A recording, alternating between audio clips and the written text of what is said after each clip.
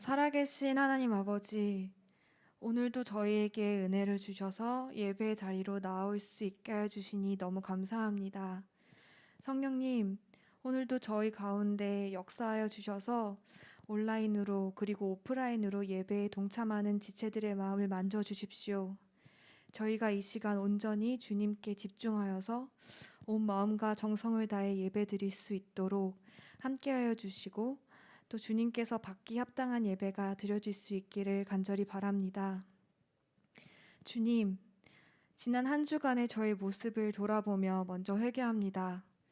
저희에게 평안을 약속해 주신 주님을 바라보고 또 의지하기보다는 바쁘고 분주한 삶에 매몰되어 두려워하고 염려하였습니다. 주님의 마음과 주님의 뜻에 관심을 갖기보다는 나의 뜻에 더 충실하려고 했던 저의 모습도 회개합니다. 지체들과 이웃을 섬기고 사랑하기를 힘쓰기보다는 나의 감정과 피곤함 그리고 힘듦을 더 중요하게 여겼습니다. 주님, 주님의 자녀답게 또 그리스도인답게 사는 것이 너무 힘듭니다. 주님의 자녀가 되었음에도 불구하고 여전히 연약하고 주님을 닮아가기보다는 세상을 닮아가는 것 같아 속상합니다. 하지만 주님, 그래도 감사한 것은 요한복음을 통해 복음을 계속 기억하게 해주셔서 너무 감사합니다. 저희를 고아와 같이 버리지 않으시고 자신을 내어주심으로 영원한 생명과 평강을 약속하여 주셔서 감사합니다. 주님의 자녀가 됨으로 저희가 세상을 이길 수 있는 힘을 가진 자들이라는 사실을 알게 해주셔서 감사합니다.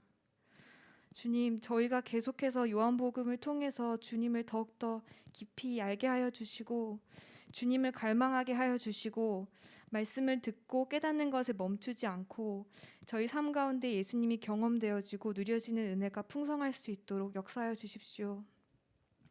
주님, 저희 공동체가 주님의 마음을 더욱 알기를 원합니다.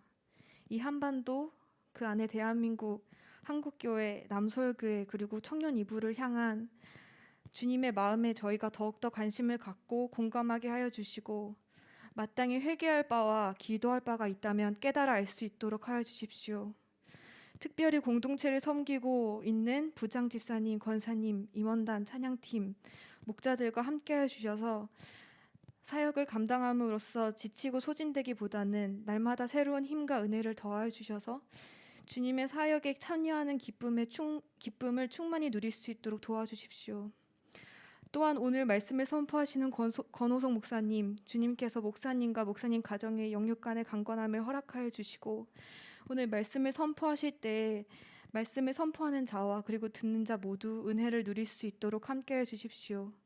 예배의 마지막까지 함께해 주실 것을 믿고 감사드리며 예수님의 이름으로 기도드립니다. 아멘.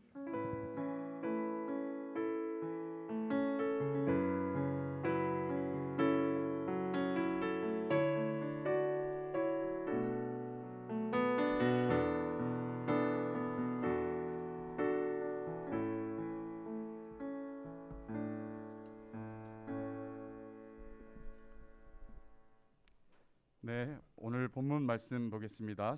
요한복음 15장 1절에서 17절까지 말씀입니다.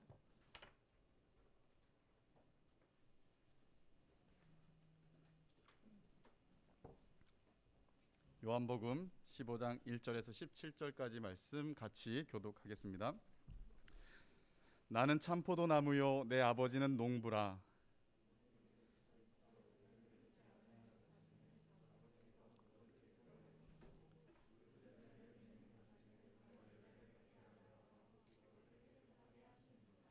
너희는 내가 일러준 말로 이미 깨끗하여졌으니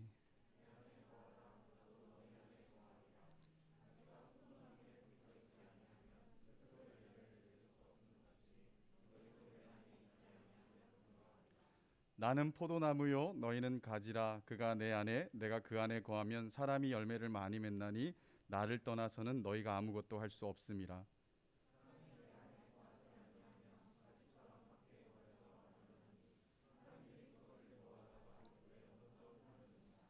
너희가 내 안에 거하고 내 말이 너희 안에 거하면 무엇이든지 원하는 대로 구하라. 그리하면 이루리라.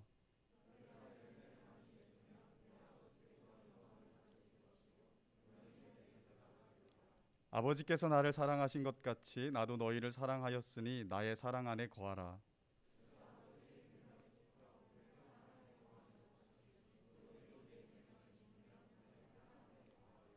내가 이것을 너희에게 이름은 내 기쁨이 너희 안에 있어 너희 기쁨을 충만하게 하려 함이라.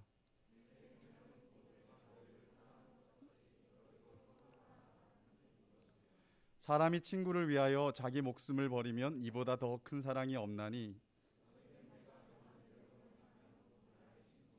이제부터는 너희를 종이라 하지 아니하리니 종은 주인이 하는 것을 알지 못함이라. 너희를 친구라 하였노니 내가 내 아버지께 들은 것을 다 너희에게 알게 하였음이니라.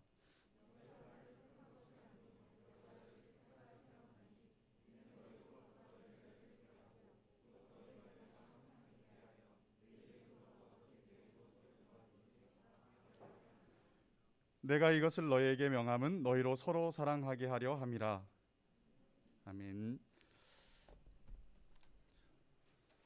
네, 오늘 본문은 우리에게 아주 익숙한 본문입니다. 그런데 생각보다 읽고 묵상하려고 하면 조금 어렵게 느껴질 수도 있는 본문이 아닐까 생각합니다.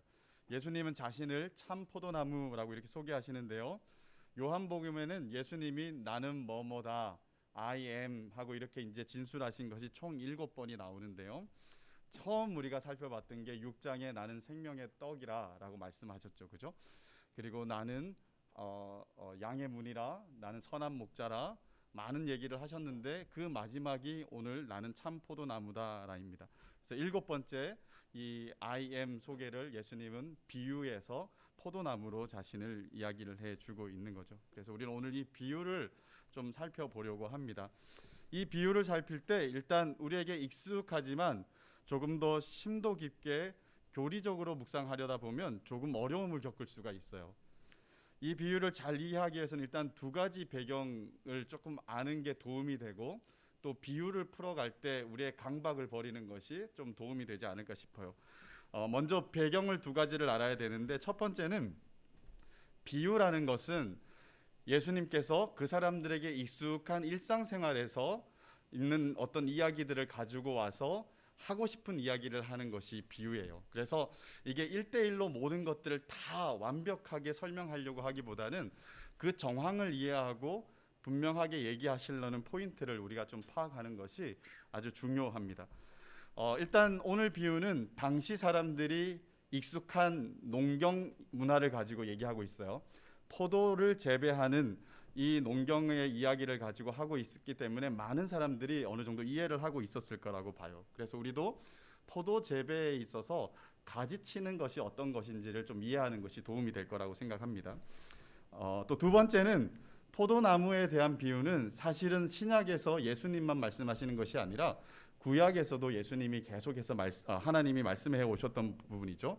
그래서 이 구약에서 포도나무와 포도원과 관련된 이야기들이 어떤 내용들을 가지고 있는지 그 배경을 이해하는 것도 오늘 본문을 이해하는 데 도움이 될 거라고 생각을 합니다. 그리고 아까 말했던 비유가 어떤 교리적인 엄격성을 가지고 이걸 하나하나 교리적으로 다 설명을 완벽하게 맞아떨어지게 하려고 이걸 묵상하면 비유의 본질을 해칠 수가 있다라는 거예요. 그래서 이 비유를 통하여서 예수님이 무엇을 얘기하고 싶어 하는지 이것을 우리가 캐치해내는 것, 이게 사실은 더 중요한 비유 해석법이라고 볼 수 있습니다. 자, 오늘 본문 한번 보면요, 1, 2절을 보면 나는 참 포도나무요 내 아버지는 농부다. 무릇 내게 붙어 있어 열매를 맺지 아니하는 가지는 아버지께서 그것을 제거해 버리시고 무릇 열매를 맺는 가지는 더 열매를 맺게 하려 하여 그것을 깨끗하게 하시느니라 라고 이렇게 시작합니다. 자, 1절에서 농부는 성부 하나님으로 그리고 참 포도나무는 성자 예수님으로 비유합니다. 그리고 또 두 가지가 나오는데 가지에 이 나무에 붙어 있는 두 종류의 가지인데 하나는 열매를 맺고 하나는 열매를 맺지 못하는 거예요. 그래서 열매를 맺지 못하는 가지는 잘라버려 불태워진다라는 것이 이 두 가지의 운명인 것처럼 얘기를 하고 있는 거죠. 그래서 이 두 가지가 누구를 가리키는가, 이게 조금 어려운 주제예요. 만약에 여러분들이 요한복음에 관심이 있어서 어떤 주석서를 이렇게 사서 이렇게 본다 그러면 이 가지는 누구를 가리킨다라는 여러 논쟁들을 한번 찾아볼 수가 있을 거예요. 자, 나무에 붙어 있었으니까 열매를 맺는 가지든 열매를 못 맺는 가지든 다 그리스도인을 말하는 거다라고 생각하는 사람들도 있어요. 어떤 사람들은 열매를 못 맺어서 잘라버려진 사람들은 그리스도인이 아니다, 불신자들을 얘기한다라고 얘기를 하는 사람들도 있습니다. 근데 이게 두 가지 다 뭐 주장하는 사람들의 의견이 의미가 있을지 모르겠지만 사실 둘 다 정확하게 설명해 주고 있지는 못하다라는 생각이 들어요. 그래서 우리가 이 나무에 붙어 있다라는 말이 뭘까? 그리고 이 예수님께 붙어 있었던 구원받은 사람들을 말하는 것인가라고 봤을 때 사실은 그렇게 생각되지 않아요. 그래서 이 비유를 생각할 때는 교리적으로 이것을 표현을 가지고 다루려고 하지 말고 이 말씀을 1차적으로 누구에게 하고 있는지를 우리가 생각을 해봐야 됩니다. 자, 1차적으로 누구에게 얘기하고 있습니까? 지금 예수님이 제자들에게 얘기를 하고 있어요. 다락방에서 나와서 아직 아마 겟세마네에 이르지 않은 상태에서 제자들의 얘기하고 있었을 거예요. 그죠? 그래서 이 제자들 11명을 두고 얘기를 했을 가능성이 높습니다. 왜냐하면 가룟 유다는 그 다락방에서 만찬을 하는 중에 나갔죠. 그죠? 나가서 11명만 남아 있었을 거예요. 요한복음 17장 12절을 보면 예수님이 이런 말씀하세요. 내가 그들과 함께 있을 때 내게 주신 아버지의 이름으로 그들을 보존하고 지키었나이다. 그 중에 하나도 멸망하지 않고 다만 멸망의 자식뿐이오니 이는 성경을 응하게 하려 함입니다. 라고 이렇게 말해요. 자, 예수님이 하나님이 내게 주신 제자들을 보존하여 지키셨다라고 말합니다. 그런데 단 하나는 아니라는 거예요. 그 단 하나가 누구냐면 멸망의 자식이라고 이렇게 표현되어 있어요. 그게 누구냐면 가룟 유다예요. 그죠? 그래서 여기서 열매 맺지 못하는 가지는 가룟 유다를 가리킨다라고 볼 수 있고, 열매 맺을 준비가 된 가지는 이 다른 제자들을 말한다고 볼 수가 있는 거예요.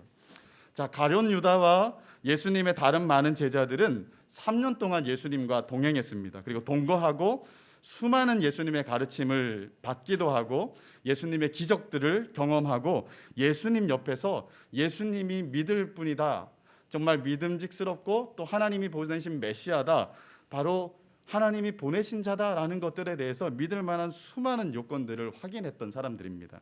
그런데 한 사람은 믿지 않았던 거예요. 그죠? 그가 믿지 않고 잘라졌다라는 게 뭔가 좀 하나님한테 충족시키지 못하는 게 있어서 하나님이 아주 매몰차게 잘라낸 것처럼 여기질 수도 있지만, 엄밀하게 가룟 유다의 이야기를 들여다보면 그는 적극적으로 예수님을 불신한 거예요. 예수님이 믿을 만한 수많은 요건들을 그에게 보여주시고 가르쳐 주셨음에도 불구하고 결국은 귀를 닫고 마음의 눈을 닫고 예수님을 하나님 보내신 메시아로 생각하기보다는 다른 생각들을 하면서 예수님을 불신하게 되었고 예수님을 적극적으로 배도하게 된 거예요. 그래서 6절 말씀을 보면 사람이 내 안에 거하지 아니하면 가지처럼 밖에 버려져 마르나니 사람들이 그것을 모아다가 불에 던져 사르느니라. 믿다가 열매가 없어서 잘려서 나간 사람들을 얘기하는 것이 아니라 사실은 예수님 곁에서 계속 있어서 붙어 있는 가지처럼 보였지만 예수님을 믿지 않았고 예수님 안에 거한 적이 없는 그 가룟 유다를 가지고 얘기를 하는 거죠.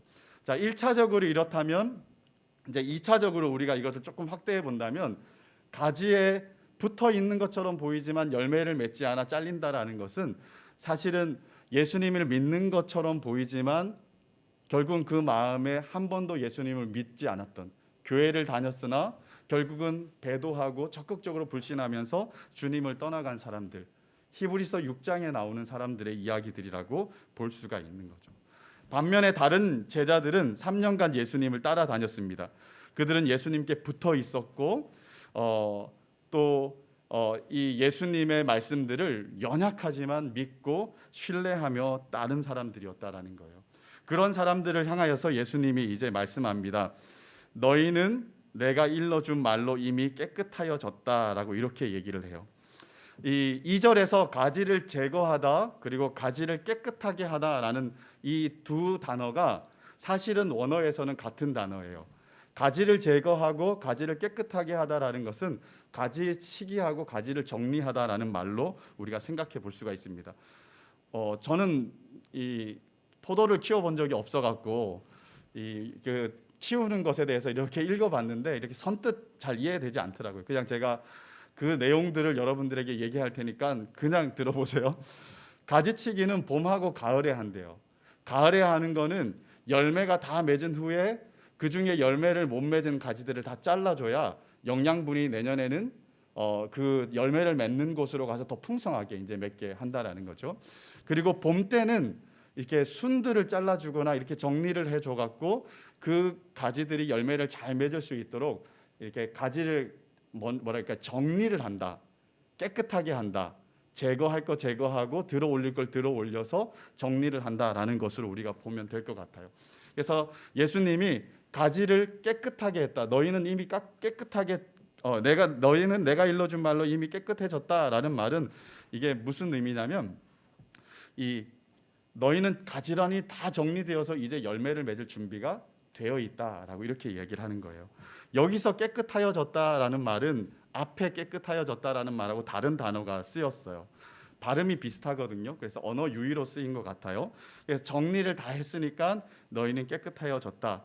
그래서 이 깨끗하여졌다라는 말은 어디에 있는 말과 같냐면 이 세족식 할 때 이 베드로에게 예수님이 이미 너희는 깨끗하여졌다라는 그 말하고 같아요. 그래서 이게 의식적으로 너희의 죄가 사해졌다라는 말로도 이렇게 좀 우리가 이해를 하고 해석을 하려는 사람이 있지만 그것보다는 이제 가지가 정리되어서 열매를 맺을 준비가 충분히 다 되었다라는 정도로 우리가 생각을 해보면 될 것 같아요. 그렇기 때문에 이 포도나무의 비유는 강조점이 여기에 있지 않습니다. 자, 이걸 잘못 읽으면 안 돼요. 너희들 열매를 맺지 않으면 내가 다 잘라버리겠어. 내게 꼭 붙어 있지 않으면 아무것도 할 수 없을 줄 알아 하는 겁박용 멘트가 아니라는 거예요. 예수님이 열매를 맺지 않으면 잘라내서 밖에 버려서 말라서 마른 것들을 나중에 모아서 불태워버리겠다라는 뭔가 이렇게 긴장되는 말씀을 한 것처럼 보이잖아요. 그죠? 그래서 우리가 이 말씀을 그렇게 적용해서 우리가 믿고 있는데 내가 예수님한테 열심히 붙어 있지 않으면 예수님 안에 있지 않으면 언제든지 내가 열매를 못 맺으면 나는 잘려질 수 있다 라는 우리 구원의 불확실성에 대한 이야기를 하려는 게 아니라는 거예요. 그리고 우리의 의지를 자극해갖고 너희 좀 더 열심히 살아 라고 이 말하려고 예수님이 지금 이렇게 얘기를 하는 건 아니다라는 거예요. 그죠? 그렇다면 예수님은 이 말씀을 왜 어떤 의도로 할까? 다시 한번 이 고별설교의 정황을 한번 생각해 보세요. 예수님은 이제 곧 떠날 때가 되셨어요. 남겨지는 제자들이 적대적인 상황 가운데 남겨지고 고아와 같이 버려두어지는 것처럼 목자 없는 양처럼 버려두어지는 그런 상황에 이제 놓이게 되기 때문에 너희는 근심할 것들이 많은 상황에 처해지겠지만 근심하지 말아라 라고 하면서 14장부터 지금까지 계속 가르치고 계시잖아요. 그죠? 그래서 예수님이 이들에게 위로를 주시고 소망을 주시고 믿음을 주셔서 낭망스러운 상황 가운데서도 절대 낭망하지 않고 믿음으로 넉넉하게 세상을 이길 수 있도록 만들어 주시려고 하시는 것이 고별설교예요. 그래서 이 고별설교에서 너희들 똑바로 안 하면 그냥 내가 다 버려버릴 거야 라는 식의 이야기로 하는 것이 절대 아니다라는 거예요. 그리고 뒤집어 보면 되겠죠. 그러니까 이 한 유다, 가룟 유다는 결국은 3년을 나와 같이 있었지만 결국은 믿지 않는 자로 잘려나갔지만 너희들은 그렇지 않다. 너희는 내 안에 있어서 내가 가지런히 다 만들어놨으니까 이제 열매 맺을 준비가 다 되어 있다. 너희는 내 안에 있으니까 두려워할 필요가 없다라는 더 분명한 확신을 주기 위한 메시지가 사실은 이 메시지의 첫 번째 의미다라는 것입니다. 자, 구약에서는 이스라엘을 포도나무 또한 포도원으로 비유하는 곳이 많습니다. 시편, 예레미야, 에스겔, 호세아 여러 군데서 나와요. 그리고 그 중에 대표적인 게 이사야서 5장입니다. 이사야 5장을 읽어보면 하나님께서 이스라엘을 뭐로 하냐면 여호와께서 심으신 포도원으로 이렇게 비유를 해요. 그래서 하나님이 심으셔서 이 포도원에 뭘 기대하냐면 아주 좋은 최상급 포도가 맺혀지기를 기대하고 바라셨어요. 그런데 이스라엘들은 들포도를 맺었어요. 먹지 못할 포도를 맺었다라는 거죠. 그래서 5장 7절을 보면 이렇게 말합니다. 무릇 만군의 여호와께서 포도원은 이스라엘 족속이요 그가 기뻐하시는 나무는 유다 사람이라 그들에게 정의를 바라셨더니 도리어 포악이요 그들에게 공의를 바라셨더니 도리어 부르짖음이었다라고 이렇게 말합니다. 하나님이 그들을 심고 기대하는 것이 있었는데 그 기대와는 전혀 다른 열매를, 먹을 수 없는 열매를 맺고 그 결과를 내는 것들을 보면서 결국은 경고했지만 그것이 그들의 이유가 되어서 철저하게 파괴되어지는 일들이 일어났다라는 것입니다. 이 구약적 배경 속에서 예수님이 자신을 어떻게 이야기하냐면 나는 참 포도나무다라고 말하는 거예요. 구약에서 하나님이 이스라엘에게 열매를 기대하고 포도나무로 심었는데 다 실패했다. 그러나 나는 참 포도나무다. 열매 맺는 일이 누구에게서 가능하냐? 내 안에서 가능하다라고 하면서 자신을 소개하고 계신 거예요. 아버지께서 기대하시고 바라시는 그런 열매들을 맺을 수 있는 유일한 분이 누구냐? 바로 내가 참 포도나무다. 그리고 너희가 내 가지로서 붙어 있고 내 안에 있을 때 하나님이 그렇게 기대하셨던 풍성한 열매들을 맺을 길들이 열려진다라고 이렇게 말씀하고 있는 것입니다. 자, 그러면 열매를 맺을 수 있는 첫 번째 우리 중요한 이 전제가 뭐냐 하면 그리스도 안에 거한다. 그리스도 안에 붙어 있는다라는 거예요. 이 그리스도 안에 거한다, 붙어 있는다라는 것은 우리에게 조금 추상적으로 느껴진다라고 생각이 들 수도 있어요. 하나님을 그리스도를 인격적으로 경험해 본 적이 없는 사람들에게 있어서는 이건 아주 추상적이에요. 그죠? 그리고 신앙생활을 오래 해왔다라고 생각하는 사람들조차도 이걸 되게 추상적으로 여길 수 있어요. 이 추상적으로 여긴다라는 것은 우리의 신앙의 인격성이 대단히 결여되어 있다라는 것을 반증한다라고 생각이 들어요. 자, 이 거하다라는 말은 오늘 이 본문에 9번 나옵니다. 단어가 되게 많이 반복되어 있으니까 되게 중요한 본문이겠죠, 그죠? 9번이나 이렇게 등장해요. 나의 안에 거하라. 내가 너희 안에 거하고 너희가 내 안에 거하게 될 것이다. 내가 아버지 안에 거한다. 그리고 나의 사랑 안에 거하라. 여러 가지 방식으로 예수님이 얘기하시는 것을 봅니다. 그래서 우리는 예수님 안에 거한다라는 말이 무엇인지 우리가 생각을 해봐야 돼요. 자, 그거를 조금 더 구체적으로 느껴지게 만들기 위해서 예수님이 한 번 더 얘기한 게 나의 사랑 안에 거하라라는 말씀이에요. 예수님 안에 거한다라는 말은 예수님의 사랑 안에 거한다라는 거예요. 그죠? 약간 예수님 안에 거한다보다 예수님의 사랑 안에 거한다라는 게 조금 더 구체적으로 느껴지시나요? 이 사랑 안에 거한다라는 말은요, 서로가 서로에게 속하여서 인격적인 사랑의 관계를 세우는 것을 의미합니다. 그래서 아가서에 보면 최고의 사랑의 표현을 어떻게 하냐면 사랑하는 자는 나에게 속하였고 나는 사랑하는 자에게 속하였다라고 말해요. 요한복음에서 예수님은 아버지는 내 안에 나는 아버지 안에 있다. 영원 전부터 사랑한 관계를 그렇게 이야기를 해요. 그죠? 예, 우리도 그렇게 말합니다. 그죠? 어떤 사람을 사랑할 때 이 안에 너 있다 이렇게 얘기를 하는 거잖아요. 너를 내가 품고 있다. 내 속에 너가 있다. 이렇게 이제 이야기를 하는 거예요. 그죠? 그래서 서로가 서로 안에 거하고 속해 있다라는 것은 최고의 사랑 표현이다라고 볼 수가 있어요. 그래서 사랑 안에 거하라라는 것은 두 사람의 관계성을 중심으로 인격적인 관계가 어떻게 빌드업 되는지 이것을 얘기를 하는 거예요. 주님께서 우리를 사랑한다라는 것을 우리가 머리로만 알 뿐만이 아니라 전인적으로 알고 그리고 그분이 우리를 왜 사랑하셨고 어떻게 사랑하셨고 얼마나 사랑하시는지를 우리가 깨달아 알아서 그 사랑이 우리를 감격시키는 것을 느끼는 거예요. 그리고 그 사랑에 전인적으로 반응하는 것, 이게 사랑 안에 거한다라는 것의 구체적인 의미라고 볼 수 있습니다. 그리고 또한 그 사랑에 반응해서 우리도 그분을 사랑하는 거예요. 아주 우리가 부족하고 연약하지만 그럼에도 불구하고 나는 주님을 사랑합니다라는 그 고백 가지고 내가 할 수 있는 인격적인 사랑의 상호작용을 하면서 그 사랑의 관계 안에 머무는 것을 그 안에 내 안에 거하라, 내 사랑 안에 거하다라는 말에 조금 더 구체적인 의미라고 볼 수가 있습니다. 여러분 중에 지금 한창 열애 중에 있는 사람이 있습니까? 축하합니다. 그런 사람들을 축하해야죠, 그죠? 열애 중에 있는 사람이라 그러면 이 느낌을 좀 알 수 있어요, 그죠? 같이 있지 않아도 계속 생각되고 설레고, 그죠? 그러면서 서로를 되게 많이 이렇게 그 속에 있는 것들을 많이 느끼죠. 그리고 그 사람의 한마디에 내 마음이 되게 해피해지기도 했다가 이런 시간들을 많이 느낄 수 있잖아요, 그죠?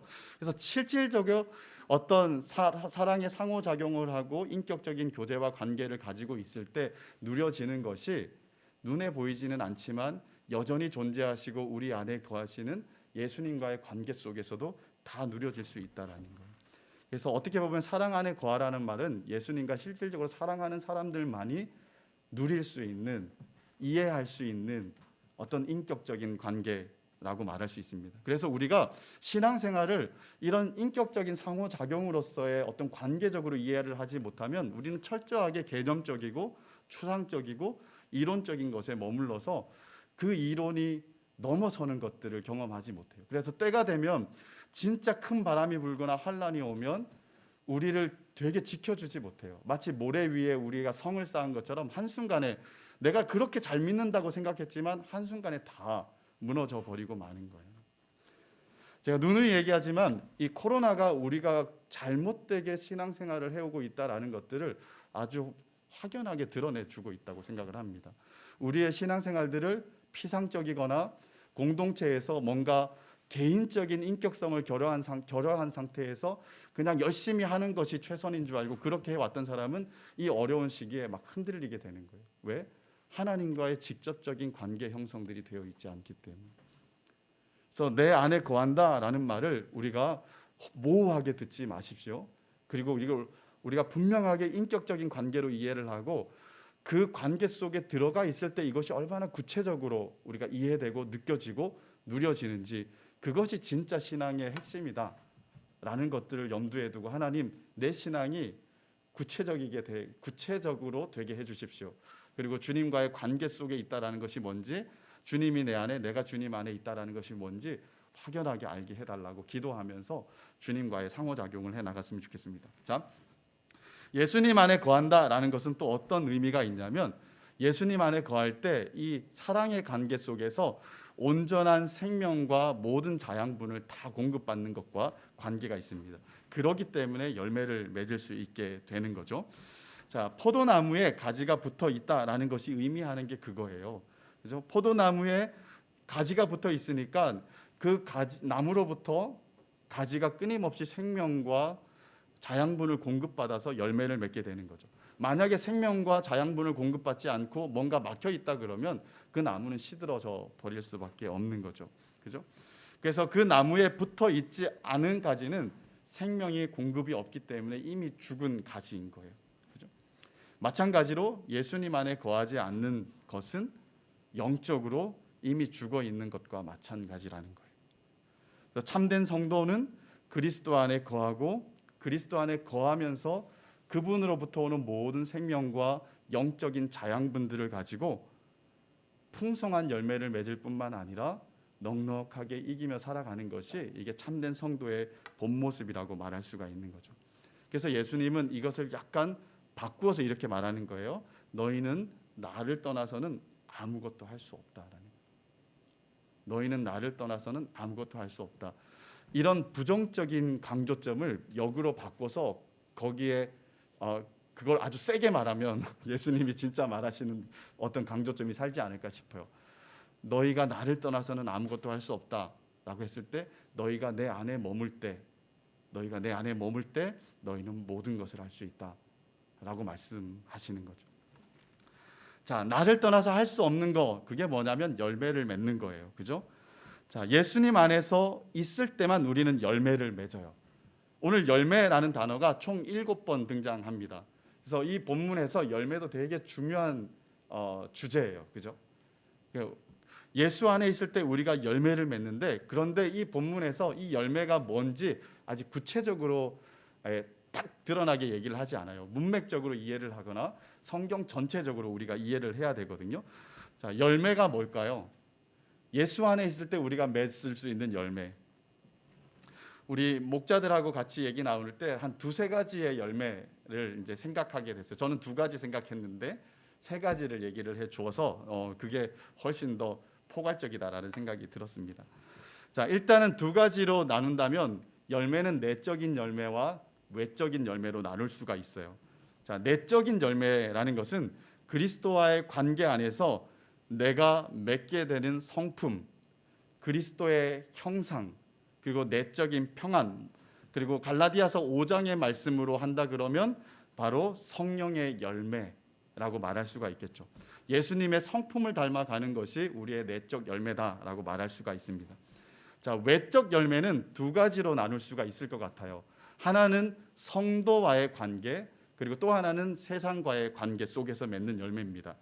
자, 첫 번째 성도와의 관계는 뭐냐면 우리의 내적 성품들, 성령이 맺어주는 열매, 그리고 이 예수 그리스도의 성품을 닮아가는 이 열매들이 어디에서 제일 가장 흔하게 딱 드러나냐면 하나님께서 우리에게 이루게 하신 공동체 안, 가정 공동체, 교회 공동체 안에서 그 지체들과의 관계, 가족들과의 관계 속에서 그 성품이 가장 먼저 드러나는 거죠. 그죠? 그래서 그 성품은 내적으로 맺어진다라고 해서 내 쪽에만 국한되는 것이 아니라 그 성품, 내적인 성품이 관계 속에서 드러나서 외적으로 맺어지는 것. 이게 이제 첫 번째 외적 열매입니다. 그래서 예수님께서 뭘 요구하시냐면 서로 사랑하라라고 요구를 하시는 거예요. 서로 사랑하는 것이 어떻게 보면 우리의 외적 열매의 이 가까운 관계 속에서의 외적 열매다라고 이렇게 볼 수 있겠죠. 두 번째는 불신자의 관계 속에서 맺어지는 거예요. 자, 우리는 불신 세계를 섞이면 안 되고 그들과 같이 해서는 안 되고 동화되어서는 안 되고 이런 식으로만 보면 안 돼요. 물론 우리를 지켜 거룩하게 세우는 것이 하나님이 원하는 뜻입니다. 그죠? 그런데 그 중에서 고아와 과부를 그 환난 가운데 돌아보는 것도 하나님이 기뻐하시는 경건이다라고 말하고 있어요. 그래서 세상 속에서 그리스도인들이 어떻게 거룩을 쌓아 나가야 될지 이것도 내적과 외적으로 얘기를 하고 있는 거예요. 그리고 그 외적을 대표적으로 고아와 과부를 그 환난 가운데 돌아보는 거다라고 이렇게 말하는 거죠. 이걸 조금 더 이제 성경 전체적으로 말한다면 복음, 이 불신 세계를 향한 증인의 역할들을 해서 믿지 않는 그들이 또한 복음 제시를 통해 우리와 같은 자리에 서게 되는 것, 이것이 우리가 맺을 외적 열매의 또 한 축이다라고 볼 수가 있어요. 그리고 오늘 본문은 이 열매를 조금 더 지칭하는 것 같아요. 다 포함할 수 있는데 왜 이 열매를 지칭하냐면 14장에도 그렇고 그 다음에 15장 오늘 본문 나왔고 17장에도 불신자들이 믿게 되는 이야기들에 대해서 얘기를 하고 있어요. 그렇죠? 그래서 예수님께서 승천하실 때 하신 말씀이 무엇입니까? 성령이 너희에게 임하면 너희가 권능을 받고 예루살렘과 온 유대와 사마리아와 땅끝까지 내 증인이 될 것이다. 이것이 사도행전을 여는 서론이잖아요. 그죠? 그리고 사도행전의 얘기들이 다 뭡니까? 증인이 되어서 하나님이 하나님의 백성들을 제자들과 교회를 통해서 얻게 되는 이야기가 사도행전의 이야기예요. 그게 하나님의 거대한 뜻이죠. 그래서 하나님 안에 있으면서 하나님의 뜻을 알고 하나님의 계획을 알고 하나님이 진짜 원하시는 것이 무엇인지 알고 우리가 순종해 나아갈 때 그 순종함의 열매 중에 하나가 뭐냐면 영혼들을 얻는 것과 관계가 되는 거예요. 그래서 우리가 맺을 열매는 이렇다라는 거예요. 우리의 내적인 성품의 열매와 관계적인 사랑의 열매, 그리고 영혼을 얻는 복음의 증인으로서의 열매. 이 열매들이 어떻게 맺어지느냐? 너희가 너희의 능력과 자산을 가지고 한다고 되는 것이 아니라 내 안에 머물 때 된다라는 거예요. 내 안에 머물 때 된다. 이게 중요한 원리이자 전제이자 토대라고 볼 수 있습니다. 근데 우리가 이렇게 말하면서 한 가지 착각을 하면 안 돼요. 예수님 안에 머물면 모든 것이 다 되는구나. 그래서 예수님 안에 머무는 것만 애를 써요. 머무는 것만 애를 쓰고 다른 것들을 하지 않아요. 그렇게만 하면 된다라고 생각을 할 때가 우리가 있어요. 그죠? 그래서 뭔가 개인적인 신앙적인 열심들은 내지만 하나님이 뜻하신 말씀들을 순종하여서 우리의 삶을 드리고 아주 치열하게 싸우고 하는 일들을 잘 안 해요. 그러면 이거는 반쪽짜리도 안 된다라는 거예요. 그래서 예수님께서 어떻게 얘기하시냐면 나를 사랑하는 것은 내 계명을 지키는 것이다 라고 말하는 거예요. 너희가 내 안에 있고 내가 너희 안에 있는데 너희가 내 안에 있는 것은 사랑의 관계 속에 있는 건데 너희가 나를 사랑하는 것은 내 계명을 지키는 거다라고 말하는 거예요. 그래서 더욱더 적극적으로 주님의 뜻을 알고 순종할 것들을 요청하고 촉구하고 있는 것이라고 볼 수 있습니다. 자, 예수님 안에 거한다라는 것은 예수님의 사랑을 받고 예수님을 사랑하며 인격적인 상호 관계를 빌드업하는 것과 누려가는 것을 의미합니다. 그죠? 그런데 이 사랑의 관계가 어떻게 시작할까요? 이 사랑의 관계는 억지로 짜내서 만들어지는 게 아닙니다. 주님 사랑에서 시작되는 거죠. 왜 주님께서 십자가를 지셨는가? 왜 대속의 죽음을 죄 없는 그분이 죽으셔야 했는가? 이 모든 이유가 바로 나구나. 나에게, 우리에게 생명을 주시기 위해 그러하셨구나. 예수님께서 우리를 어떻게 사랑하셨는지, 왜 사랑하셨는지 이 모든 증언하는 성경의 이 복음 진리의 말씀을 듣고 그 사랑의 복음을 알고 깨닫는 데서부터 그 사랑을 깊이 느끼고 누리는 데서부터 이 사랑의 관계는 시작이 되는 거예요. 그래서 사랑이 사랑을 낳게 되는 거죠. 사랑의 원인은 사랑이다라고 볼 수 있습니다. 그래서 사랑은 이 예수님의 사랑이 하나님의 사랑이 우리의 마음을 감동케 하고 우리를 따뜻하게 하고 우리의 마음을 움직이게 하는 거예요. 그래서 우리를 향하신 이 주님의 측량할 수 없는 사랑이 우리로 하여금 주님을 사랑하도록 반응하게 만든다라는 거예요. 그래서 항상 하나님의 이 사랑의 관계는 어디서부터 시작되냐면 위에서부터 시작된다라는 거예요. 그래서 우리가 우리의 것을 짜내어서 하려고 하는 것이 아니에요. 우리의 위를 열어서 하나님이 우리를 향하신 사랑이 어떠함들을 알아야 깨닫고 누려야 그 다음이 이야기가 될 수 있다라는 거예요. 그런 차원에서 오늘 여러분 우리가 우리의 상태를 한번 돌아보십시오. 돌아볼 때 하나님이 부어주시는 사랑으로 감격과 충만함이 있나요? 아니면 계속해서 뭔가 부족하고 소진되고 아니면 빈곤하고 가난하고 정말 처절한 그런 상황까지 억지로 그럭저럭 살아가는 것이 우리의 모습일까요? 만약 후자라면 예수님이 박하신 분, 하나님이 너무 이렇게 박하신 분이라서 우리에게 부어주지 않아서 그럴까요? 성경은 그렇게 얘기하지 않습니다. 그리스도께서 십자가에 달린 것이 너희 눈에 훤히 보이는데 라고 말하는 거예요. 하나님은 예수님을 통하여서 우리에게 주시는 모든 사랑의 크기, 그 엄청난 것들을 이미 예수 안에서 다 보여주셨기 때문에 우리에게 우리가 못 받는다, 못 깨닫는다라고 말하지 못하게 하는 거예요. 거기에 들여다보면 성령께서 열어주시는 놀라운 사랑의 세계가 있거든요. 그죠? 근데 우리가 그렇게 못 누린다라는 것은 뭐냐면 예수 그리스도의 십자가에 집중하지 않고 그리스도의 복음을 우리가 그렇게 소중하게 생각하지 않는다라는 우리의 어떤 경박함, 우리의 불경건함 이런 것들이 우리의 베이스에 깔려 있을 수 있기 때문이다라고 생각을 합니다. 누구의 문제가 아니에요. 그죠? 한번 잘 생각해 보십시오. 어디서부터 우리가 시작을 해야 될지. 자, 이렇게 주님의 사랑이 들어오게 되면 우리에게 어떤 반응이 생기냐면 이 주님을 나도 사랑하고 싶은데 어떻게 사랑할 수 있을까? 내 작은 손발을 움직여서 내 마음을 다해서 어떻게 사랑할 수 있을까라고 우리 안에 좀 이 반응이 꿈틀꿈틀 되게 되는 거예요. 그래서 예수님은 여기에 대해서 14장부터 말씀하고 있어요. 나를 사랑하는 것은 내 계명을 지키는 거다.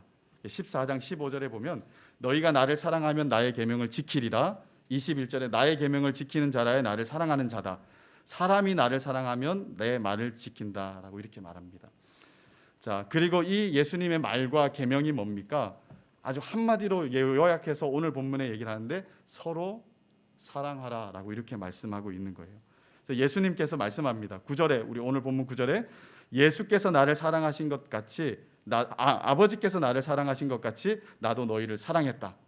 12절 13절에는 내가 너희를 사랑한 것이 너희도 서로 사랑해라. 사람이 친구를 위하여 자기 목숨을 버리면 이보다 더 큰 사랑은 없다라고 이렇게 말합니다. 예수님은 자신이 사랑하신 것처럼 친구를 위해 목숨을 버리는 사랑으로 우리가 사랑할 것을 요청하고 있어요. 그리고 요한일서 4장 20절에서는 누구든지 하나님을 사랑하노라 하고 그 형제를 미워하면 이는 거짓말하는 자다. 보는 바 그 형제를 사랑하지 않고 보지 못하는 바 하나님을 사랑할 수 없다라고 이렇게 말해요. 하나님 사랑하는 것과 형제 사랑하는 것들의 연관성을 가지고 이야기를 하는 거죠. 예수님은 이 우리를 사랑하는 방법을 너무나도 분명하게 계시해 주셨어요. 그죠? 그리고 우리에게도 나를 사랑하기를 원하면 어떻게 해야 된다, 계명을 지켜야 된다라고 아주 뭔가 이렇게 해석이 필요 없을 정도로 클리어하게 말씀을 이미 해 놓으셨습니다. 그죠? 이게 예수님의 뜻이다라는 거예요. 그리고 사랑한다라는 것은 예수님의 뜻을 알고 그 뜻과 계명을 지켜 순종하는 것이다라는 것을 아주 철저하게 얘기하고 있는 거예요. 예수님을 사랑한다라고 하는데 예수님에 대해서 순종하는 마음이 없다 그러면 그것은 사랑하는 것이 아니다라는 거예요. 그죠? 그리고 그렇게 사랑할 때, 그렇게 계명을 지켜 사랑할 때 내가 너희 안에 거할 것이다라고 말하는 거예요. 내 상호적인 이 거하는 관계가 어떻게 완성이 되어지냐면 우리가 끊임없이 주님을 사랑할 때, 구체적으로 사랑할 때 그 일들이 더 아주 충만하게 누려지는 일들이 있게 되는 거죠. 자, 너희도 내 계명을 지키면 내 사랑 안에 거하리라. 마치 내가 아버지의 계명을 지켜 그의 사랑 안에 거하는 것처럼, 오늘 본문의 말씀입니다. 이를 조건적으로 생각하기보다는 그냥 사랑 안에 거한다라는 것의 설명이라고 생각을 하면 좋을 것 같아요. 아버지 안에 예수님이 거하는 것이 뭐냐? 그 말씀을 지키는 거였고, 우리도 예수님 안에 거한다라는 것은 그 말씀을 지키는 거다. 어떻게? 형제를, 주님을 사랑하고 형제를 사랑하는 것으로. 어떤 사랑으로? 친구를 위해 목숨을 버리는 예수님의 사랑. 그런데 우리 한번 의문이 들죠. 우리가 그런 사랑을 할 수 있나? 이런 의문이 들어요. 그죠? 그리고 우리가 진심을 다해 사랑한다고 고백할 수는 있지만 서로를 위해 목숨 걸고 사랑할 수 있습니까? 정말 연인 관계라든가 가족 관계가 아니고 우리 공동체에서 누군가를 위해 목숨 걸고 사랑할 수 있느냐라고 했을 때 그렇게 사랑하면 이상한 거 아니에요? 라고 생각할지도 모르겠어요. 그런데 예수님은 그런 사랑을 요구하고 계신 거예요. 우리 오늘 찬양 인도한 우리 현석이, 오늘 현석이가 찬양 인도했죠? 근데 보이지가 않아서 현석이를 목숨 걸고 사랑하는 사람 손들어 보십시오. 그러면 한 사람은 들어도 이해가 되죠. 근데 다른 많은 사람들이 들으면 좀 이상하게 여겨질 수도 있겠죠. 그죠? 자, 이렇게 사랑할 수 있다, 누군가가 사랑할 수 있다라고 이렇게 손을 든다고 해서 우리가 그렇게 진짜 사랑할 수 있느냐 라고 했을 때 우리는 그렇게 사랑하기 어려워요. 가장 사랑하는 사람도 그렇게 사랑하기가 쉽지가 않거든요. 그죠? 그러면 우리는 어떻게 목숨 걸고 사랑하는 것처럼 사랑할 수 있을까? 진짜 목숨을 걸고 사랑하는 것을 레벨을 10이라고 생각을 해보세요. 근데 레벨 1의 사랑이 있을 수도 있잖아요. 그죠? 근데 같은 원리로 사랑할 수 있습니다. 어떻게 사랑하냐면 목숨을 건다라는 것은 자기 부인과 자기 희생과 자기 포기와 자기 죽음을 전제해야 가능한 거. 그죠? 마찬가지로 내 시간과 내 많은 것들을 포기해서 누군가를 사랑할 수 있어요. 자, 목자들이 우리 공동체의 지체들을 사랑해요. 어떤 방식으로 사랑합니까? 자기의 시간과 자기의 마음을 쓰는 것, 그리고 어떤 지체들은 또 밥을 사 먹이면서 그렇게 하면서 자기의 물질과 시간들을 허비하면서 그렇게 사랑을 해 가는 거죠. 그죠? 이게 어떻게 보면 자기 부인과 포기의 사랑이다라고 이렇게 볼 수도 있습니다. 그죠? 근데 섬기는 사람이 자기를 부인하거나 진심과 마음을 다해서 사랑하지 않고 내가 목사인데 이건 내 직업이니까 내가 그냥 하되 최대한 일을 적게 하고 최대한 많이 버는 방식으로 난 일하고 싶다라고 이렇게 얘기를 한다면 이건 가짜잖아요. 그죠? 꼭 목사뿐만 아니라 모든 사람에게 마찬가지예요. 섬기는 모든 사람이 바로 예수님이 말씀하신 그 사랑의 원리를 가지고 사랑하지 않는다 그러면 우리의 사랑은 거짓말이 되어 버리고 말 거예요. 그죠? 근데 주님은 이게 얼만큼 높으냐에, 얼만큼 레벨이 높으냐의 문제가 아니라 그 원리를 따라 사랑해 가기를 바라시고, 그 사랑이 시간이 지나가고 관계가 더욱더 쌓여가면 사랑의 깊이와 높이들이 더 주님이 요구하시는 것에 가까워질 수 있어지리라고 생각을 합니다. 그래서 주님은 우리에게 이렇게 요청하는 거예요. 친구를 위해 목숨을 버리는 그 사랑으로 서로 사랑하다라고 말합니다. 자, 말씀을 한번 정리해 볼게요. 오늘 이 본문의 말씀을 이렇게 생각해 보세요. 네 개의 단어로 한번 생각해 봅시다. 예수 안에 거함, 그리고 거한다라는 것은 뭐냐? 사랑한다라는 것이다. 실질적으로 거함과 사랑한다라는 건 뭐냐? 주님의 계명을 철저하게 지키는 것이다. 그리고 계명을 지킨다라는 것은 결국은 열매를 맺는 결과를 초래하게 된다. 이 네 가지의 단어의 사이클을 한번 여러분들이 생각을 꼭 해보시기 바랍니다. 거하는 것 하나에 우리의 목숨을 다 걸면 다른 게 다 해결된다? 저는 그렇게 생각되지 않아요. 그러니까 연합의 문제를 풀어갈 때 우리가 그렇게 집중을 하다 보니까 신앙심이라고 하는 것이 깊어지는데 삶이 안 따라 나올 때가 있어요. 그죠? 그래서 우리는 이렇게 신앙심으로써 우리의 이 내적인 외적인 어떤 성품들이 다 주님 안에서 만들어지는 그런 과정도 필요한데, 더불어서 손발을 움직이고 순종하려고 적극적으로 할 때 그런 현장에서 경험하는 하나님이 있어요. 내가 누구를 위해서 목숨 걸고 사랑할 수 없는데, 그렇게 할 수도 없는 이기적인 사람이었는데 주님 말씀 따라서 해봤어요. 해봤더니 주님이 우리에게 힘을 주시고, 또 그렇게 울며 씨를 뿌리는 자리에서 주님이 우리 가운데 역사하시고 하나님의 하나님 되심들을 능력 가운데 보여주시는 거예요. 우리는 하나님을 현장에서 더 깊이 경험하는 거예요. 그리고 내 신앙은 더 성숙해져 가는 거죠. 그래서 이런 사이클을 생각해야 돼요. 뭔가 한 가지만 해결되면 저절로 된다라는 생각들을 우리는 이렇게 나이브하게 생각해서는 절대 안 됩니다. 그래서 계명을, 오늘 본문에서는 예수님이 내 계명을 지키는 자야 나를 사랑한다, 아주 철저하게 요구하고 있다라는 이 한 축도 반드시 우리가 놓치지 말아야 된다라는 것입니다. 오늘 본문은 이제 포도나무 비유로 시작했어요. 그죠? 너희가 내 안에 붙어 있어 열매를 많이 맺지 않으면 잘라낼 거다.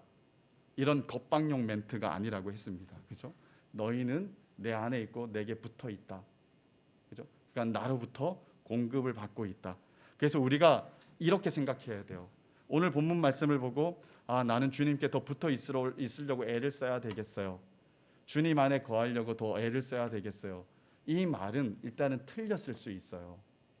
그죠? 이미 붙어 있고 이미 안에 있는 예수 그리스도를 믿는다면 그런 상황인데, 내가 요즘 너무 힘들고 신앙적으로 이렇게 방황하고 제대로 잘 못 서 있는 것 같으니까 예수님을 떠나 있는 것 같고, 뭔가 더 이렇게 애써서 내가 붙어 있으려 해야 되겠다라고 하는데, 이 말이 아마 이런 뜻일 것 같아요. 그죠? 붙어 있기를 애쓴다라는 말은 붙어 있는데 붙어 있는 줄 모르기 때문에 붙어 있는 것에 참된 경험이 어떤 것인지 그것을 알려고 애쓰는 거라고 생각을 해보면 되겠죠. 그죠? 그래서 우리는 이렇게 해야 됩니다. 내가 주님 안에 붙어 있어서 주님 안에 공급받아 열매를 맺는 그런 존재라는 사실들을 알려주십시오. 그리고 혹시 그것을 맡고 있으면 어떤 동맥경화 걸리지 않도록 그 맡고 있으면 하나님께서 조치를 취하셔서 주님의 생명과 영양분들이 언제든지 나를 통과해 흘러서 나로 하여금 참된 하나님이 기뻐하시는 열매를 맺을 수 있도록 나를 관통해 주십시오 라고 이렇게 기도하면서 주님 앞에 나아가는 것이 우리가 붙어 있는다라고 애쓰는 것의 한 얘기일 거라고 생각이 들어요. 그리고 이 붙어 있는다라는 말을, 애쓴다라는 말을 이런 노력으로 바꿔보세요. 주님과 더 깊은 사랑에 빠진다. 그러면 좀 더 해결할 수 있는 길들을 찾을 수 있겠죠. 그죠?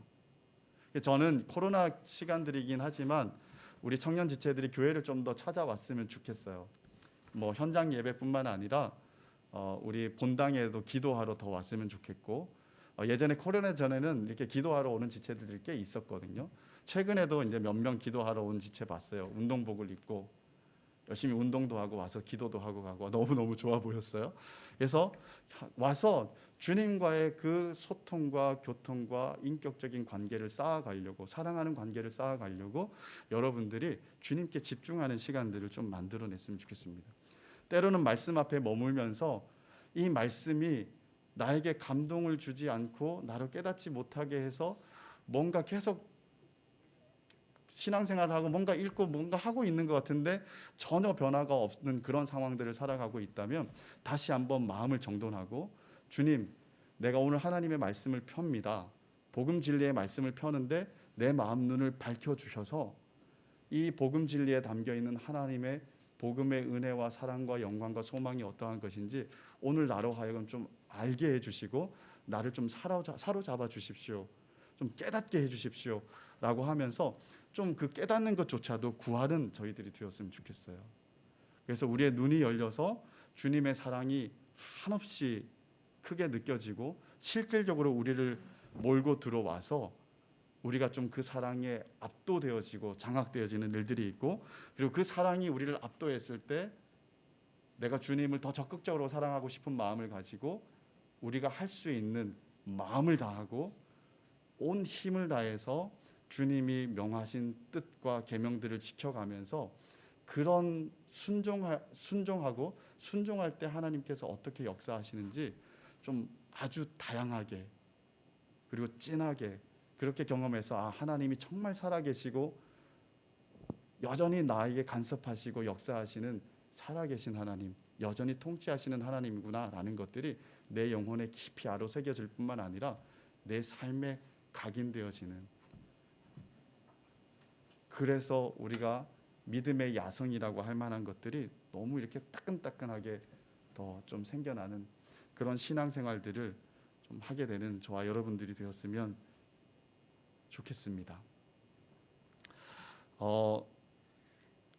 우리 다음 주하고 그 다음 주는 우리 교재대로 따라가지 않고요. 다음 주는 이 요한복음 16장을 다루고 그 다음 주는 17장을 다루려고 해요. 그래서 여러분들 배경 저게 없으니까 그냥 말씀을 읽으면서 묵상하시면서 같이 우리 16, 17장까지 하고 마무리 이제 맨 마지막 13장을 하면서 요한복음을 우리가 마무리하도록 그렇게 하도록 할게요. 자, 오늘 말씀 우리 기억하면서 우리 찬양하기를 원합니다. 주님 옷자락 만지며, 가사가 이래요. 주발 앞에 무릎 꿇고 그 사랑에 나 안기네. 어떤 말도 그 어떤 소리도 그 발 앞에서 잠잠해지네. 주님의 사랑 그 발 앞에 앉아 내 모든 기도는 사랑의 노래가 되네. 주의 옷자락 만지며 주의 두 발을 씻기며 주님 그 발에 입 맞추며 나의 왕관을 놓으리. 주의 옷자락 만지며 주의 두 발을 씻기며 주님 그 발 앞에 입 맞추며 나의 왕관을 놓으리. 우리 주님에게 집중하면서 나를 사랑하시는 주님, 나도 사랑하는 주님, 좀 우리의 신앙과 사랑들을 고백하면서 우리 기도하는 마음으로 이 찬양 같이 주님께 드리겠습니다.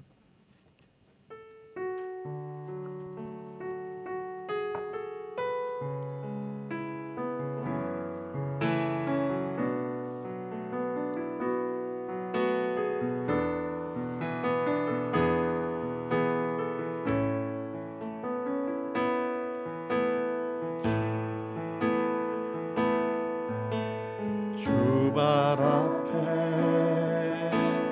무릎 꿇고 그 사랑에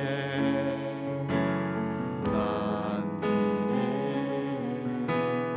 어떤 말도 그 어떤 소리도 그 발 앞에서 잠잠해지네.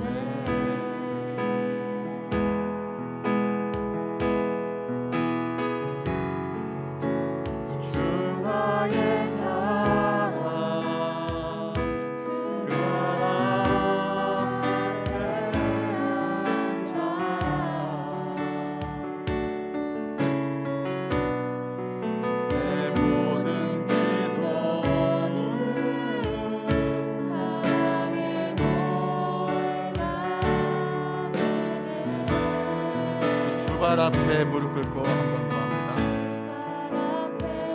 무릎 꿇고 사랑에 나 안기네.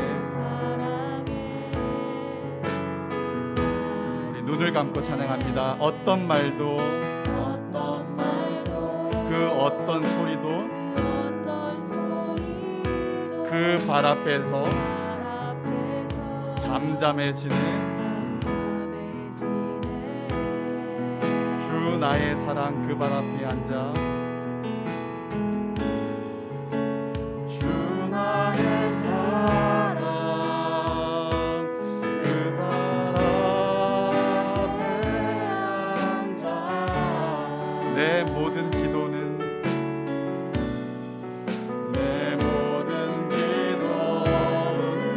사랑의 노래가 되네. 주의 옷자락 만지며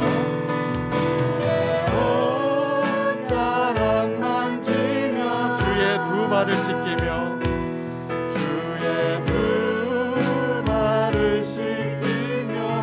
주님 그 발 앞에 입 맞추며 그 발에 입 맞추 나의 왕관을 놓으리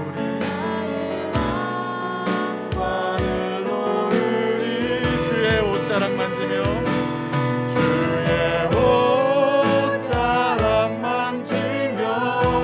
주의 두 발을 씻기며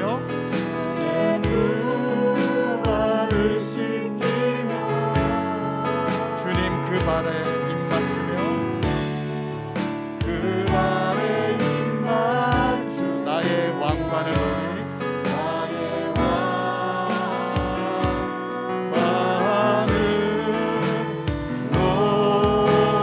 주의 옷자락 만지며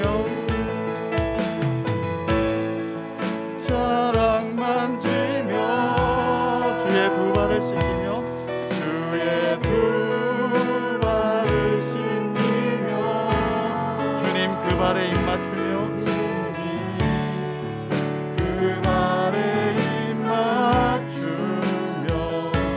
나의 왕관을 놓으리 주의 옷자락 만지며 주의 두 발을 씻기며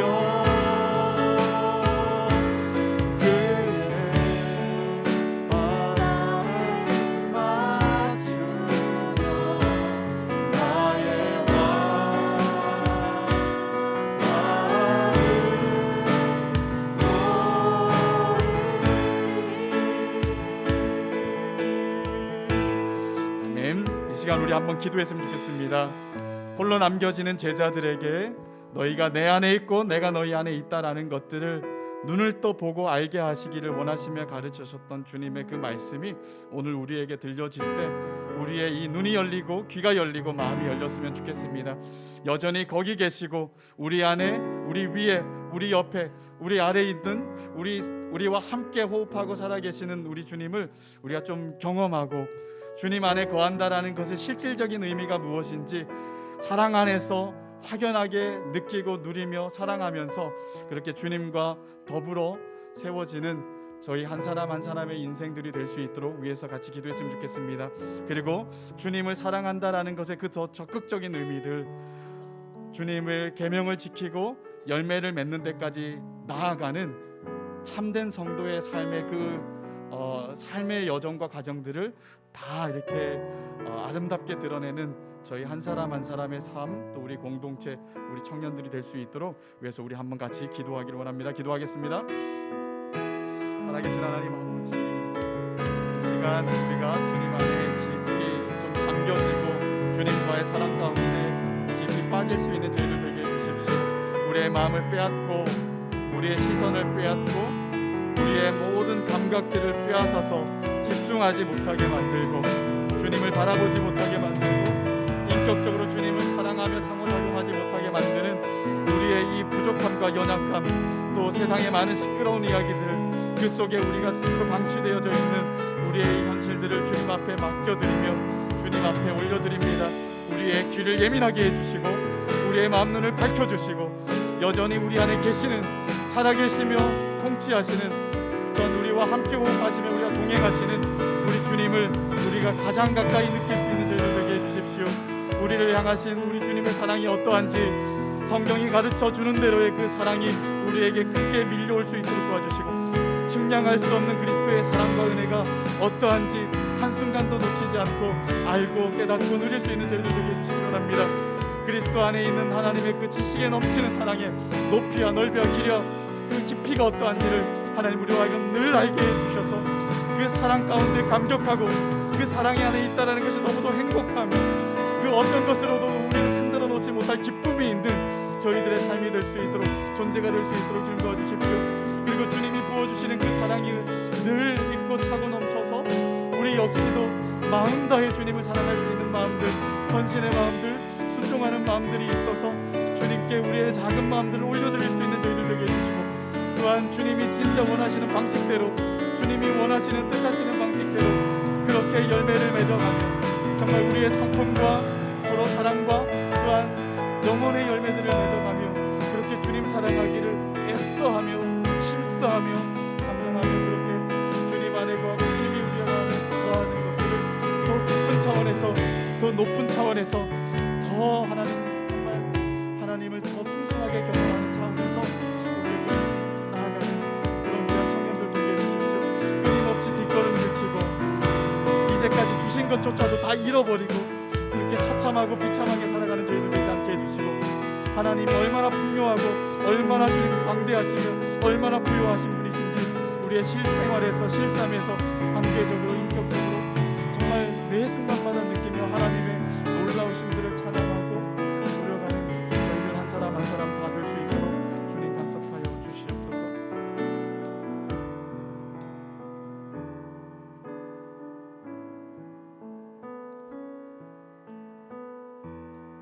말할 수 없는 사랑으로 우리에게 아들을 통한 사랑을 가르쳐 주시고 부어 주신 하나님께 감사드립니다.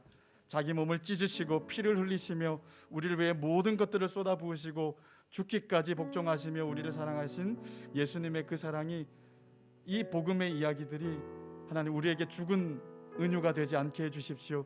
지금도 여전히 우리에게 생명을 주고 살리고 우리를 감동케 하고 우리의 삶을 송두리째 바꾸어 버리는 능력의 복음의 말씀으로 우리에게 다가오게 해주시고, 그 사랑이 우리를 어떻게 행복하게 하고 어떻게 거룩하게 하고 어떻게 주님을 향한 사랑으로 반응하게 하는지 하나님 좀 더 깊이 깨닫고 알 수 있도록 우리의 삶 가운데 깊이 관여하여 주시옵소서. 그래서 마음 눈이 밝아져서 주님이 우리 안에 있다라는 것들을 알게 해주시고, 우리 역시 주님 안에 거하며 주님을 더 적극적으로 사랑하며 손발을 움직이고 마음을 다해서 주님을 사랑하며 그렇게 우리의 사랑들을 드리고 열매를 맺어가며 주님을 기쁘시게 하고 많은 사람들을 복되게 하는 주께서 사랑하시는 우리 남서울교회 청년 이부 한 영혼 한 영혼 다 되게 하여 주시옵소서. 우리의 모든 인생을 주님께 부탁드립니다. 우리 안에 찾아오셔서 내주하시는 그 주님의